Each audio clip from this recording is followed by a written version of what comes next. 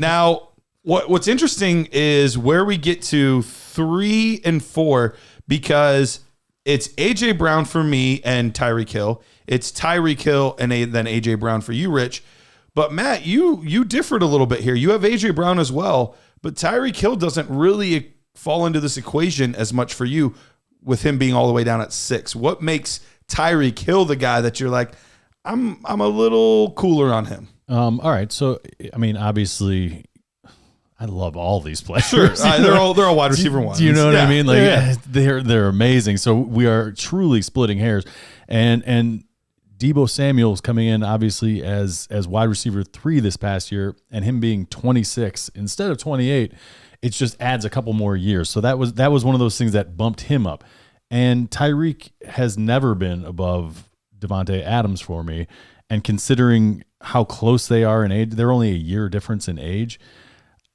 I couldn't justify him also jumping Davante Adams. So Davante Adams is one spot, and then that's why then Tyreek falls in right behind him. Mm-hmm. So it's not necessarily the fact that Tyreek is bad and I've got him down. I felt like Deebo was warranted going up above those two guys just based off of age and his finish this past season, and just the unique, I guess, nature of his role in that offense.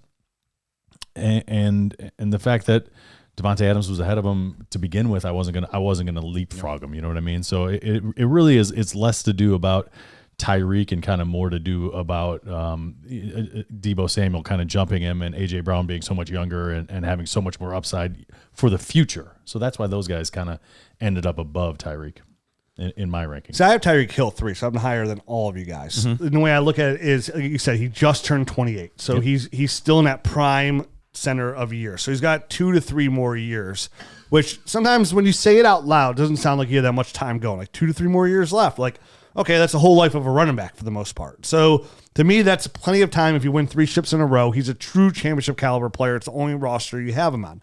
He's 28 years old. Defenses were able to take him away a little bit more this year than in the past. Them using that kind of further down the line as he ages, they already kind of have a template on how to take him away that worked kind of effectively this year. And as he ages and loses just a little bit of that speed, does he become a less productive player? That's in the back of my mind. So here's the way I looked at that with his age. Because, again, it's harder to put a guy that's 28 as your number 3 overall receiver. Definitely a guy there like Jalen Waddle. To me, Hill is a proven commodity, first of all. He's tied into Pat Mahomes. And Travis Kelce is 31, so his days are numbered there. 32. So his days are extremely numbered there. And you're right. Tyreek Hill was shut down a little bit more this year. Like his yards per catch, his depth of target, they're all down a little bit more. But he did average a career high this year at 6.5 receptions per game.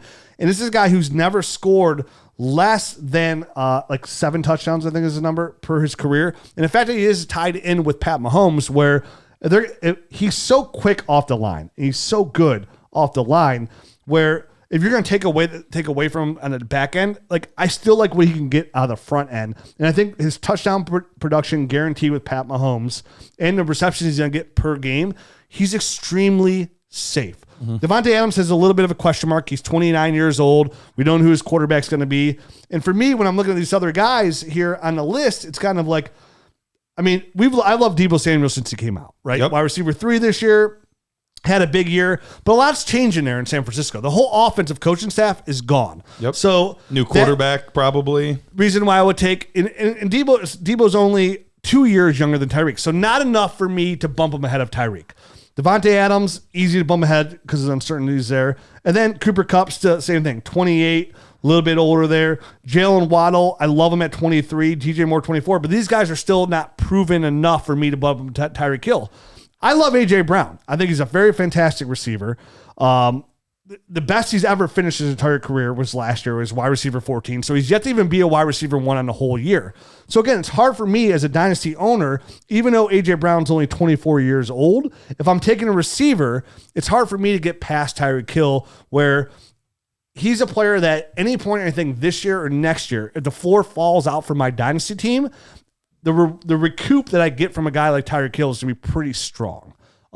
There's less injuries to worry about AJ Brown. I mean, if AJ Brown has been healthy, this is a no-brainer, but he hasn't. And his quarterback situation somewhat in flux. So when I'm looking at these receivers, there's a lot of different things I can say about these guys from a dynasty aspect that offer some kind of red flags. And the biggest thing about Tyreek Hill is what you just mentioned. They took some of that deep threat away from him, but he still finished as wide receiver 6 on the year, and he actually saw his targets go up per game to 6.5.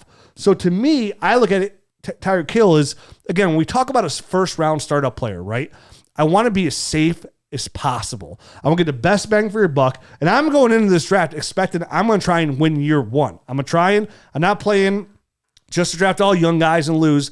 I know as a person that's been playing Dynasty for almost 20 years that I can mix my team with youth and age at the right appropriate amount to build a winner. And I think Tyreek Hill is one of the safest guys. So if I'm missing on those 2 young guys, at 28 years old, he's not old enough for me to bump him out. Yes, like we're now starting to see Devontae Adams fall down a little bit as DeAndre Hopkins has left that first top 12 altogether. So that's what I feel about Tyreek Hill and why I have him as my number 3 overall wide receiver. And I only have him one spot away at 4. And my biggest, because I understand what you're saying about how defenses have adjusted and whatnot, but we see this as a cyclical thing in the NFL all the time. A few years back, the cover 2 was just, that was a mainstay in the NFL. Right. A lot of teams were doing that, and that was what was most effective.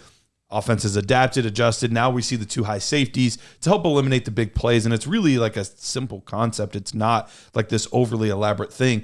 It just prevents these gunslinger mentality guys from taking tons of big shots. So we saw the Chiefs offense adjust as the season went on and did much better with it. It was really more a mental thing for Mahomes to be able to force everyone to dink and dunk until the safeties finally commit in and then go over top again. But right. Exactly. So I expect them to adjust. And one of the biggest things that we've heard over and over and over again is they need to get somebody to help open things up for Tyreek Hill. And I think that could be a real possibility this year. Not necessarily somebody that's going to take a ton of targets away, but someone else that's actually a threat in that offense to catch passes other than Travis Kelce and Tyreek Hill. And it's not Mecole Hardman.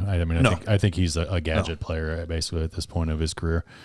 So I do agree. I agree they need to bring somebody in to kind of help open things up for him, but who knows if whoever the heck they bring in is actually going to work? Sure. You know what I mean? They've seemingly been trying to do that for years, and it just never seems to. They never seem to bring in the right guy, and it does kind of always fall on Tyreek Hill, Travis Kelce, and whomever the running back is. So yep, on a good deal, a guy like DJ Shark, Will Fuller, something like that could stretch a full field for them. Which might not be as great from a fantasy football aspect, but would really help Tyreek Hill and Kelce. And Rich, I think your point was well taken on the risk of the other players around him. There's less question marks about Tyreek Hill. Like it's really clear that even though the window is slightly shorter, there's just really no question marks. Is he going to be a top 10 receiver for me again for the next 2-3 seasons? I think the odds are very high. Very good. Assuming that there's no injury. Devontae Adams, you have the extra year, plus we don't know where he's going to be in free agency. So, they have that question mark. Deebo Samuel, you mentioned with the offense changing, and you didn't even mention his injury history as well, which is pretty rampant. So there are a lot of question marks with some of the other guys. So that's what got me there. But would I love to have a 25-year-old there? Yeah, I would much rather have that. I just don't know that there's that guy right now that I feel comfortable enough. Although I would be lying if I said that Jalen Waddle, even though I have him the highest, wasn't tempting to move him up even more.